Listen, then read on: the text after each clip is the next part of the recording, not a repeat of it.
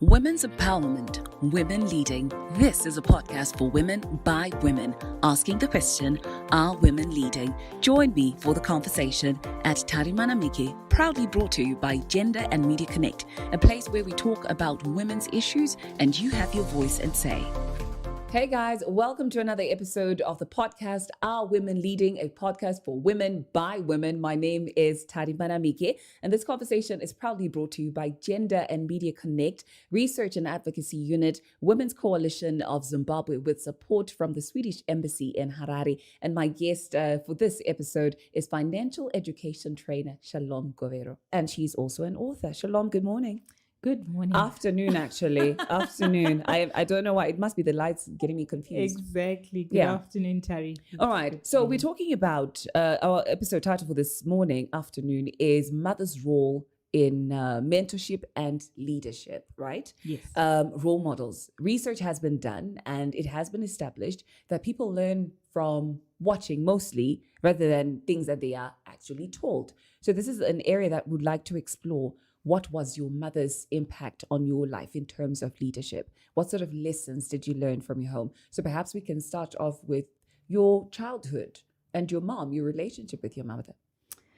Right. This is a very personal topic for me because, as I think I shared before the show, that, you know, my mother and I, it was just probably the two of us for the first 18 years of my life, because my mother, was widowed when she was when I was probably under 2 years, pretty much. Yeah. So, we walked that journey, just the two of us, pretty much. So she was my only parent and my first and foremost role model in the home and even outside the home, because she really did a lot in terms of her career. I mean, she still is very active in the development finance sort of area and microfinance, even in Zimbabwe right now, quite well known. So for me, she was that role model and that person that I looked up to from an early age and even till now. And also when I finished university, she invited me into her company to work for her because... Oh, wow. Wow. Yeah, I couldn't find a job. Okay. I was looking everywhere, even had the audacity to call certain companies and say, hey, I have this degree program. I can bring this to the table. And they shut me down very quickly. So she said to me, you know what, as you're looking and job searching, join me in my company. She was still starting out at that time, setting up that company in Zimbabwe. And it was just pretty much myself and me for probably a year. Yeah. That first year of starting out. And then the company began to grow. So I stayed with her for about 6 years, working under her. And she groomed me in terms of training, because that's what I do now, financial education training. And she's a master trainer in the course that I train now. Wow. Opened doors for me to get certifications and accreditations with organizations that, gave me the role that I have today. And she also connected me to industry, industry practitioners at the time that have really helped me on my journey in my career today. So she's been played a vital and pivotal role in making sure that I had a head start in my career and also supporting me along the way as well. You know, as you're speaking, I'm noticing a lot of intention from your mom. Yes. You use the word connect, right, to many of these master trainers. She's like, okay, if I come to my company and then you work with me, you're learning some lessons along the way. That's your life. But then when we look at other people as well, you've got some people who say, no, I don't want mwana wangu utayozondishandira or even understand the family business for whatever reason. Yeah, they are family, they're families like that. But then also you have parents who will say, it's your life. Figure it out. What do you want to do? You're going to do that. You mentioned that it was just your mom and you for the longest time. And whilst she went on to have a career, which is lucrative and very good, in the home, she also, made a huge impact. What made you, or rather, at what point did you realize and really fully appreciate she's my only parent and I've got to max this relationship out. Because when you've got two parents, it's like, oh, I can go to mama and I can go to daddy. And you've got two people coming from different worlds with that influence. But realizing and acknowledging, Kuti, I only have my mom. And you know what? One of my life lessons that I need to master. How old were you, do you suppose? I can't pinpoint, but I think for me, it's the knowing and understanding that this person, shapes your worldview, sort of a thing. And I had always had a relationship of openness and honesty with my mom. So even when I was struggling with the fact that, I didn't have a father, a physical dad that I could run to and all of that, she would say to me, tell me when you're having those feelings, and we can process them together. So I think from then on, I noticed that she was the person who was there for me. And I needed to hold on to that relationship and, make sure that, I take all I can, squeeze as much as I can out of the relationship that we had together. And it was not always easy. I must point this out. Of course. At some point, because of her work, she would travel a lot. I had to sit down with her and say, Mom, I'm not seeing you enough. Yeah. And I know in our homes and in our African families, we don't have these sort of open and honest conversations a lot of the times, especially when they have to do with feelings. Imagine having to say to your mom, I'm feeling a little bit neglected. What are you talking about, Shalom? Gee, you know what I mean? I actually remember when we had this don't conversation. You have bread and tea? And kuva kwangu kusaba kwangu panapa, you think understood? It's because I'm working. I'm trying to provide for you. So what are you talking about? We get angry when things like that, when feelings are brought up. Exactly. You know what I mean? That's true. But I remember very well, because I think we'd gone for a trip or something, and I just started crying, and she said, what's wrong? What's going on? And I actually said to her, I don't feel like we are close enough. You are traveling a lot. I'm not seeing you enough. And I remember she even said this at an event. She said, that was a turning point for me in my relationship with my daughter, because I realized, oh my goodness, I'm trying to provide, going out there saying I want to provide for this child, but actually beyond just providing physical things, there are also emotional needs. Yes, I need to provide for her emotionally. I need to make sure that I am developing a relationship with her where she can trust me. She can trust me with how she feels, to the extent that even boyfriends, she knows about them. All of the ones I had before I even got married, even to the man that I got married to, before I even said yes to him, my mom knew about him, because I had that sort of open relationship with her. And that really helped to kind of help me, even when she then said to me, come and work with me. It was not awkward. It was an extension of our relationship.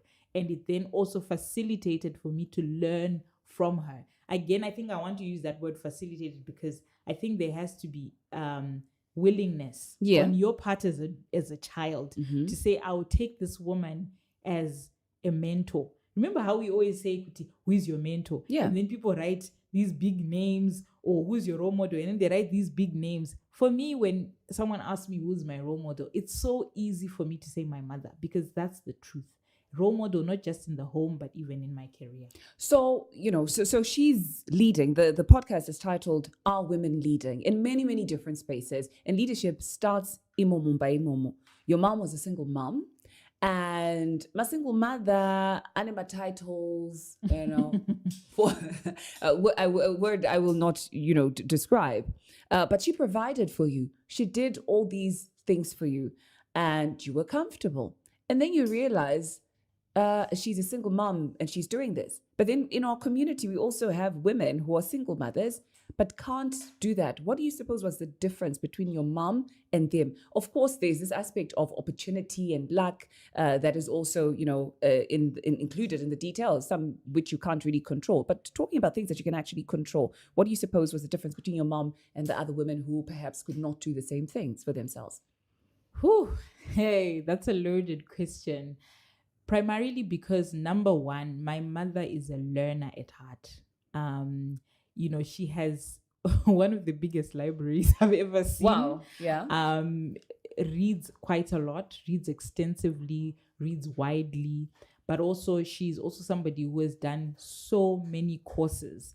Apart from the fact that she went to university and finished her degree, she then went on, I mean, she did her master's as well, an MBA, but also beyond that, she has so many certifications, a long list of them, because she would do a lot of these short courses. In fact, the short courses are the ones that opened up a lot of opportunities for her in the world of work. Because what you tend to realize is that with the way the world has gone these days, if you don't take learning as a lifelong philosophy, you won't make it in career. I like that. Ndikuda kutaura kuti pano anoti, but I hate this question.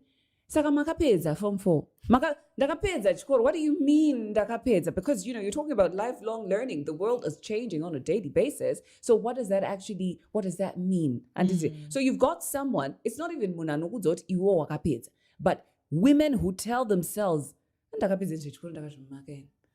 can't. I'm just not that. And I appreciate that people are different. It's not always that you have to excel in academics, but the importance of education and what that has done for you and for your mom. And stats, actually, research has said women with a higher education, their children are healthier, their children tend to go to college, and, overly, you live a better life. Exactly.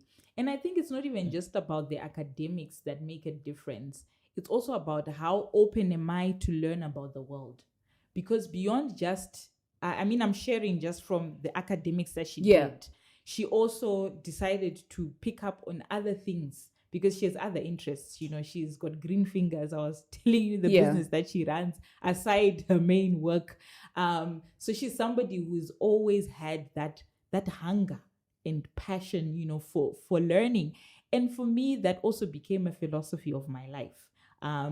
Constantly learning about the world, learning about, the different things about life. And I mean, we also need to appreciate the fact that, even things like people skills are things that you learn. It's true. Things true. that you have to sometimes even sign up for a course for.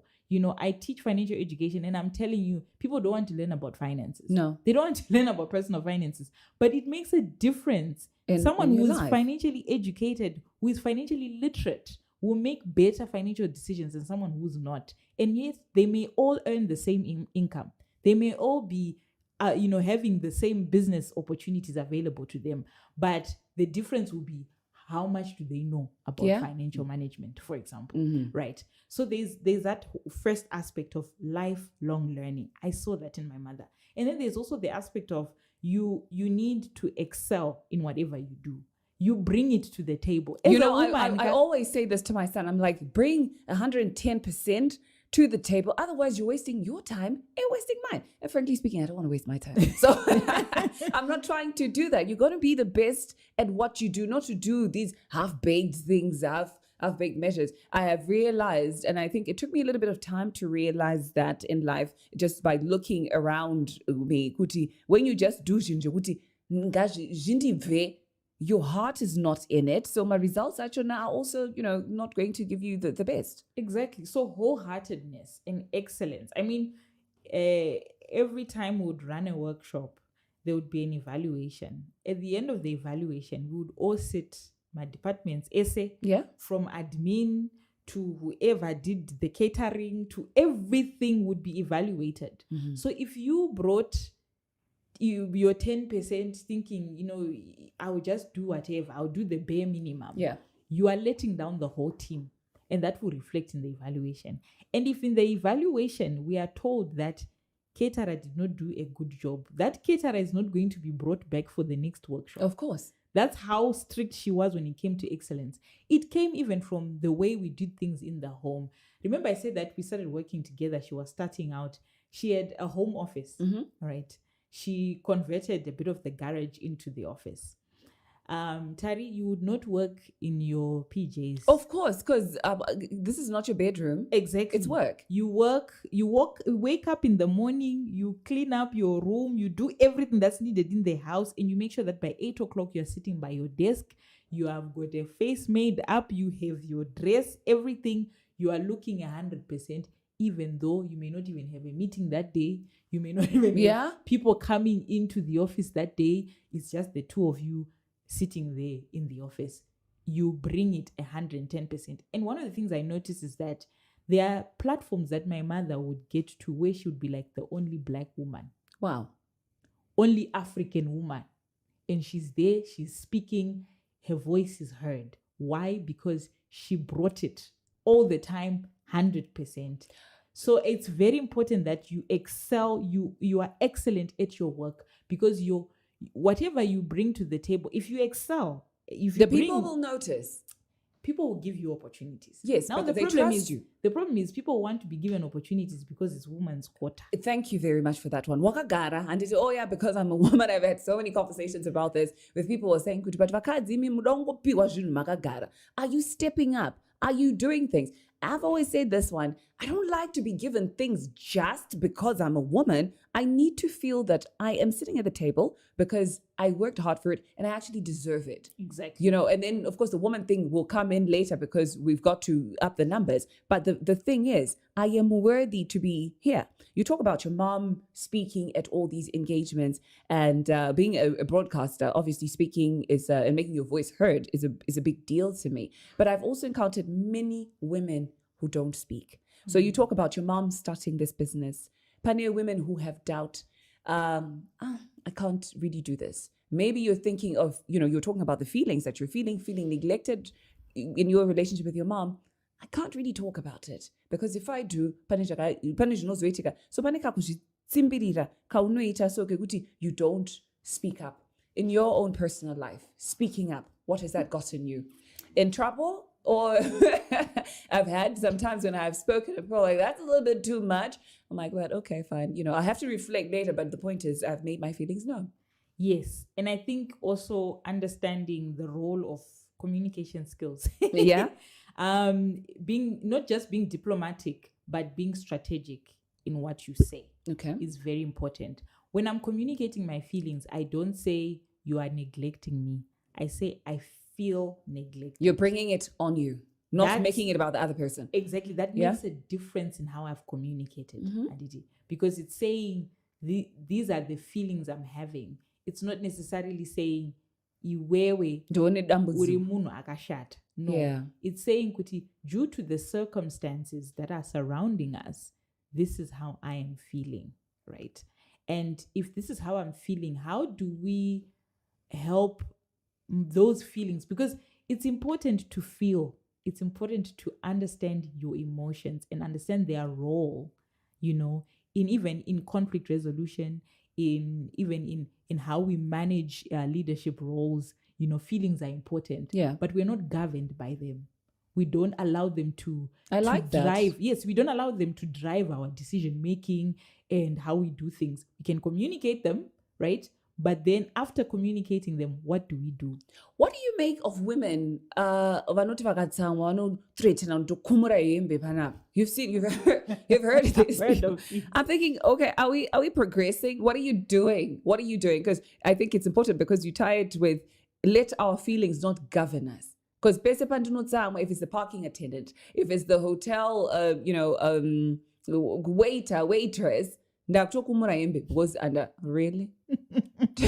We're just attracting negative attention to ourselves. Come on. Yes. So that again comes back to the aspect of, yes, I communicate my feelings, but I do it strategically. I do it in a way that the person has heard me. Yeah. They've heard that I have firmly said I am unhappy about what has happened. But at the end of the day, what I'm going for is a win-win situation. I'm going for where this person understands what they've done that has made me uncomfortable and how they can do things better so that it betters them at the end of the day. Yeah, it does. And also make sure that I also get a better service at the end of the day. So I think it's very important as women to learn communication skills because it's not enough. I mean, also, this is something I'm learning a lot because I now have children, and little children at that, and communicating with them, takes a lot of patience, and you have to think before you say something. And sometimes because of hormones, Frustrations. we are women, frustrations. Maybe you haven't slept through the night because you are breastfeeding and all of that. And then this one is just being, they are being difficult. They're being a child. Exactly. So how do I make sure that I communicate with them without taking out all of my frustrations that I am holding, that have got nothing to do with them, and make sure that we come to, again, a win-win at the end of the day. This has to do with remember what I mentioned at the beginning, when I am committed to lifelong learning, I have to know and understand communication skills. I have to learn some of these things, and when I learn them and I learn the principles of how to even communicate in relationships, it helps me even at leadership levels, knowing what I say and do that helps us to come to win-win conclusions. Because with my mother, I've also noticed that I noticed a lot of this in how she would deal, even in business and all of this.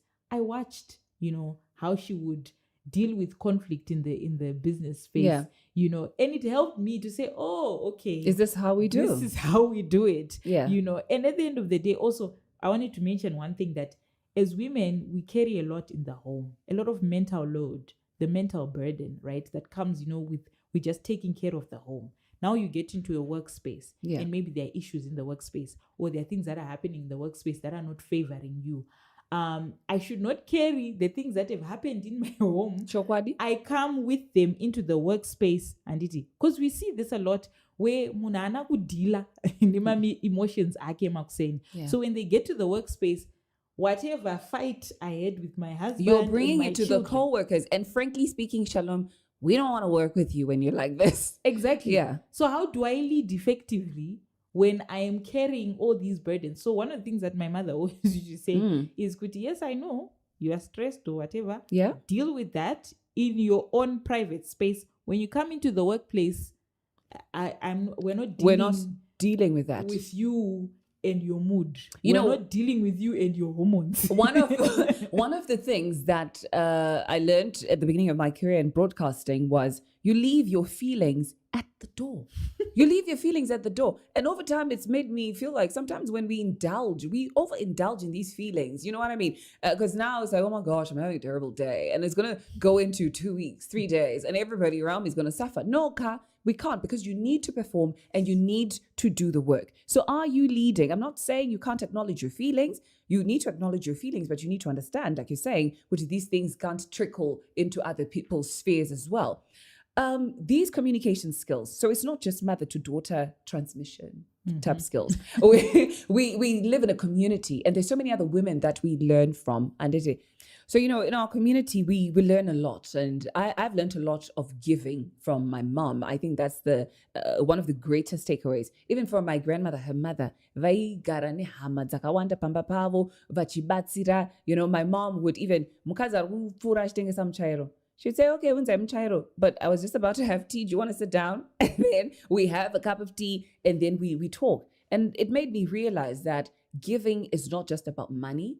It can be food, it can be time, it can be the skills that you've got. So moving from our mothers, in our community, our mothers had friends. We had the aunts. Vatunita catch the lessons from. And I'm curious about perhaps your mother's friends or even your aunts. What sort of life lessons did you learn from them, especially in the role of leadership? Wow, so many. I think leadership is influence and leadership is service. So even from the things that you've mentioned, I saw that in the community that my mom had around her. And I think I was sharing even off air that, at the church we went to, there was a huge community of widows. And I remember, they would come home. They had lots of business projects that they were running. Kwaitwa dovi kumba kwedu. Wow. Doviroro would benefit the community of women, that would participate in the project. And, mom really, really was passionate about that. Mai wangu waiso na majuzi back in the day. So she had machines that, at some point, because of her work taking off, she couldn't use those. So she started taking mamshina wachipa, some of the women that were passionate about, rekusona, doing curtains and things like that, and started off careers of other women because of that. And then also, I think within that community also, she had friends of hers that were also quite, accomplished career women. I remember I was telling you off air that I have, an aunt, was running pharmacy, still is today. I have another aunt who's quite well, well respected, in industry, and she did quite a lot in terms of investment. I learned from her, seeing, sort of the strategic investments that she made. So in terms of money, I was seeing, a powerful a woman in terms of financial resources. And then another woman married at the time, still is married as well, running, a successful business. And she's made waves in terms of in the education space.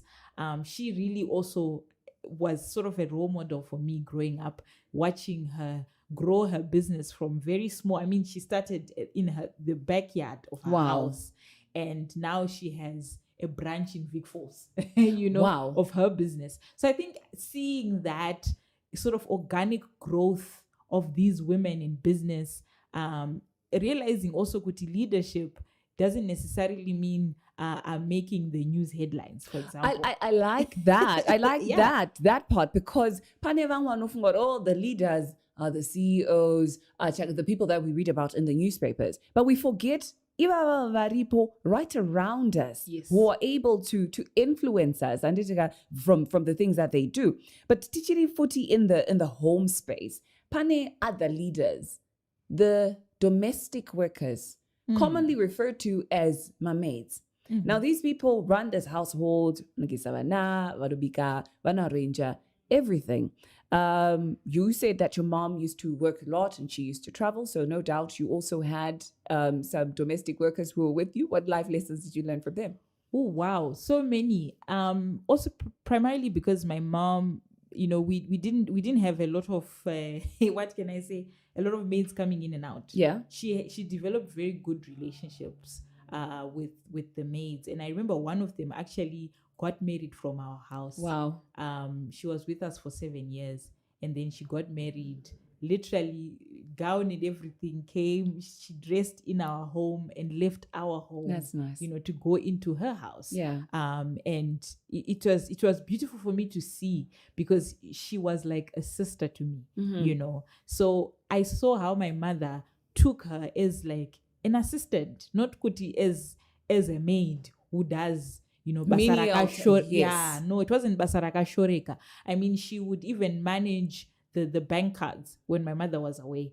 She would have the bank card if there was any need to swipe or get money from the bank, to make sure that. So she trusted them to the extent that they became part of our family. And one of the things that I also learned from that is that when we trust, our maids are support systems for us. We should not look at them as if they are just menial workers. They are our assistants. And when we give them that role, they begin to flourish.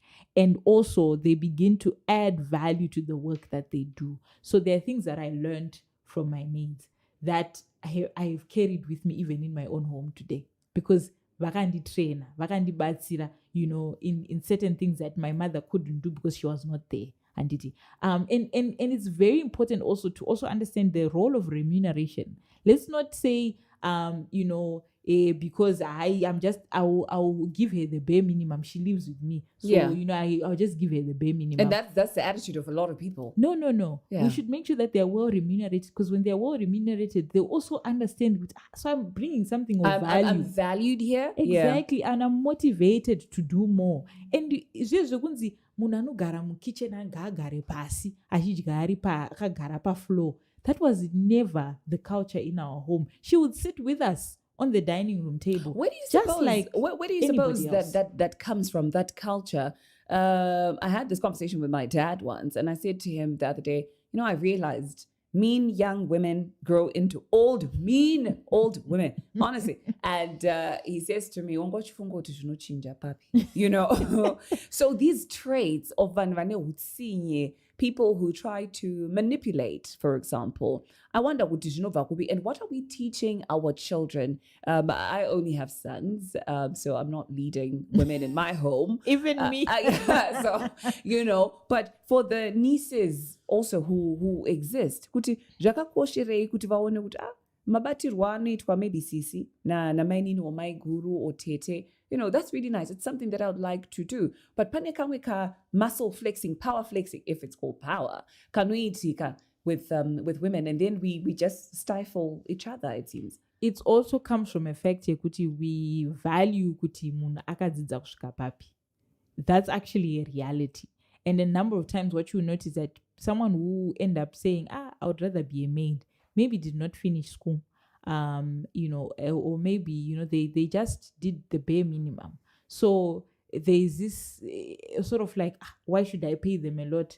After all, they're not bringing academics to the table. They are just somebody who does physical work. And we all know, even globally, physical work is the lowest paid. Yeah. But should it be like that? No, it mustn't. Exactly. When these are the people that are cooking for us, that are washing clothes for us, that are entering our rooms and managing most of the things that we should be doing. Yeah.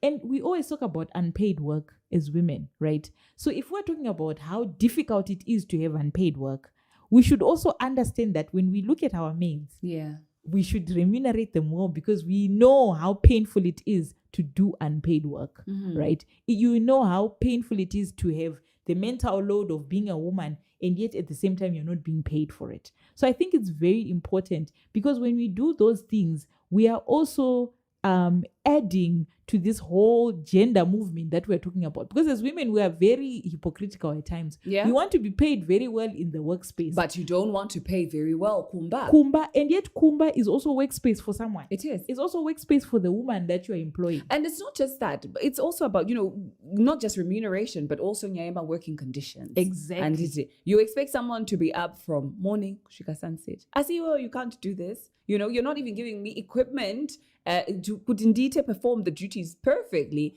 Aspenyu bas.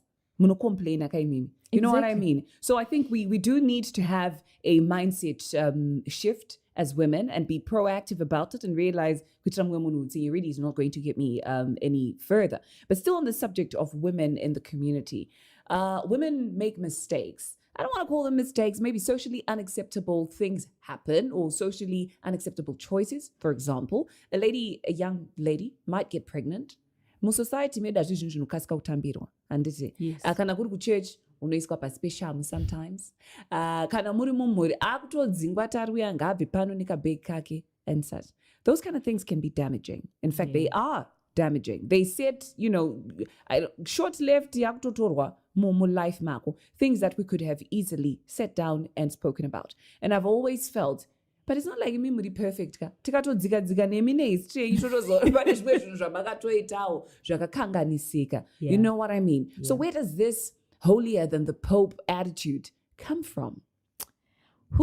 It's a loaded question, Tari. I mean, for me, also, because of, I come from a very churched background. Yeah. Grew up in the church, was very active in the church from a very young age. I was telling you that I learned how to hold the mic singing, you know, in church from a very young age. So a lot of my experiences within the church also really, they made my heart ache, especially on this aspect of Amu and all of that. I mean, I had friends of mine who went through that, and it was painful to watch. Yeah. Because I always felt that, because of what I mentioned at the beginning, that my mother was very, open with me to say, let's be honest, let's be open about, the feelings that you may be having or the struggles you may be having. So for me to see this at a church level where it's like we beat down this woman who's gone through whatever she's gone through, and we tell her, you cannot do this, you cannot do that, you cannot sing anymore in the church choir because you've done this. Yeah. I'm like, what does my pregnancy have to do with the microphone? Guys, my voice is still working just fine. I mean, at the same time, yes, we want to sit down with her and understand what has happened, but we want to do it with grace. We want to do it with a way that restores dignity instead of strips it away. Yeah. And some of my friends never recovered. Some of them decided they're going to leave the church. Some of them decided, to hell with Christianity because I am hurt and no one is taking the time to You're sit down with supposed to me. be supporting me in this space, Yandiri, but instead you shun me because we've got people who will say, Aita numbu, atidi kuti atambe nevanhu vedu because anozofurira vamwe. Or even vana within the home. Nobody wants to talk to you anymore. So you're ostracized, but this is the family that you grew up with. And you're supposed to feel safe within that space. So now, watizira anditi wazoenda kuyakwe. And this guy knows it. Kuti ndo zvaitika. You don't have any support. He can do whatever that he wants. Exactly. I remember interviewing some child brides, and one of the girls mentioned that the mother to the guy said, "Ndikude pano ini." Anti watudzingwa kumba kwenyu. Saka, why am I the one who's supposed to support you? Where is this coming from? And she said, chikafu taisirwa panze kuchikwere cheuku ndokwandainzi enda unogara. So as women, we do that. Tisu tiri kudzinga vana pamba. Tisu tiri kuvaita, pavanosvika kudzimba dzedu, tovadzinga futi. We are the same people vanotanga kushora, vanotanga kunyeya, instead of offering support. So are we leading then? Are we doing what we're supposed to be doing? No, there's a lot of room for improvement there. I really believe that. I mean, for me, also because now I have the understanding that I have. When you then go to college and you go through your own experiences of being a woman, and you start to be a little bit more gracious because you understand that some of the things that we say socially unacceptable, some of them are just eventualities. Something has happened. Of course. Maybe somebody has raped you, or and this is where we have ended. There's now a child. So what do we do? Even if, and not just the rape aspect, even if you were in a relationship and you were sexually active and you got pregnant, it's okay. Yes, there are let's like talk 7 about billion people on this planet, honestly. Put a dent into the world, really? I mean, come on. Yeah, so I think being able to talk openly about the things, to say so let's remember the win-win that we talked about. How do we come out of this and have a win-win scenario where I don't feel like I have lost it, like I've lost my life or I have lost my dignity? Because one of the things also we need to also remember that even as Christians, the hallmarks of Chikristu chedu chacho should be seen in how we treat each other. It must. Should be seen in how we love each other through the difficult aspects, and how we can even deal with difficult situations and have difficult conversations with love, with grace, and with an ability to restore each other back to life. How do we move on? How do I move on with my life from here? From here on out, how do I move on with my life? I've seen many, many women, young girls who have gotten pregnant, and that's it. That's the end of life. Apasina my hopes, apasina my dreams. But very different from the men, I will say. Varume wakaona kuti mfano wangu aitisa numbu, aitisa mskana numbu anditi. Let me show you 1-2 things. I can help you so that you can provide for your family. And it certainly is my hope that as women, we will be able to get to that space. But as we're still talking about women and, women as role models and women leading, Panema stepmothers as well, who get to lead children that are not theirs. They become stepmothers, because maybe they have remarried and had these children in there. Now, naturally, you talk about your mom saying, I'm being intentional and I'm going to facilitate Shalom to getting this and getting her life on course. Now you are the mother. Okay, at least you are the mother who is leading. And I struggle with this one. Kuti my stepmother, my stepchildren would sing. Wang dear one do not let me facilitate, but one ningi, it's just that.